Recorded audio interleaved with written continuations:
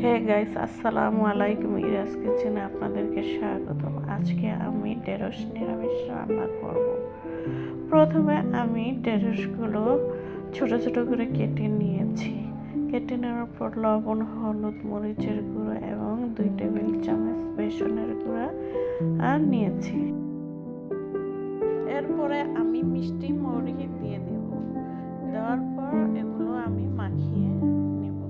মাখিয়ে নেওয়ার পর প্যানে পরিমাণ মতো তেল দিয়ে ঢেঁড়সগুলো ভেজে নেব। ভেজে নেওয়ার পর উল্টিয়ে পাল্টিয়ে এরপর নামিয়ে নেব। নামিয়ে নেওয়ার পর আবার সেকেন্ড ধাপে আমি আবারও ঢেঁড়সগুলো প্যানে দিয়ে দেব। দেওয়ার পর আমরা উল্টিয়ে পাল্টিয়ে ভেজে নেব। ভেজে নেওয়ার পর নামিয়ে নেব। নামিয়ে নেওয়ার পর আমরা আবারও প্যানে পরিমাণ মতো তেল দিয়ে আদা রসুন বাটা, সরিষা বাটা, পোস্ত বাটা, মরিচ গুঁড়ো, হলুদ গুঁড়ো, টমেটো পিউরি দিয়ে দিয়েছি। তারপরে নাড়াচাড়া করে নেব। নাড়াচাড়া করে নেওয়ার পর আমরা লবণ অ্যাড করব। লবণ অ্যাড করে আবারও নাড়াচাড়া করে নেব। এরপরে ঢেঁড়স ভাজাগুলো দিয়ে দেব।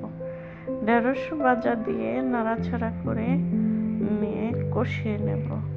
কষিয়ে নেওয়ার পরে আমরা ঢেঁড়স কষানোর মধ্যে পানি অ্যাড করে দেব।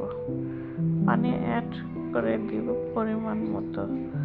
এরপরে ঢাকনা দিয়ে দেব। ঢাকনা দেওয়ার পরে আবারও ঢাকনাটা নামিয়ে মরিচ কুচি দিয়ে দেব। মরিচ কুচি দিয়ে এরপর আবারও ঢাকনা দিয়ে দেব।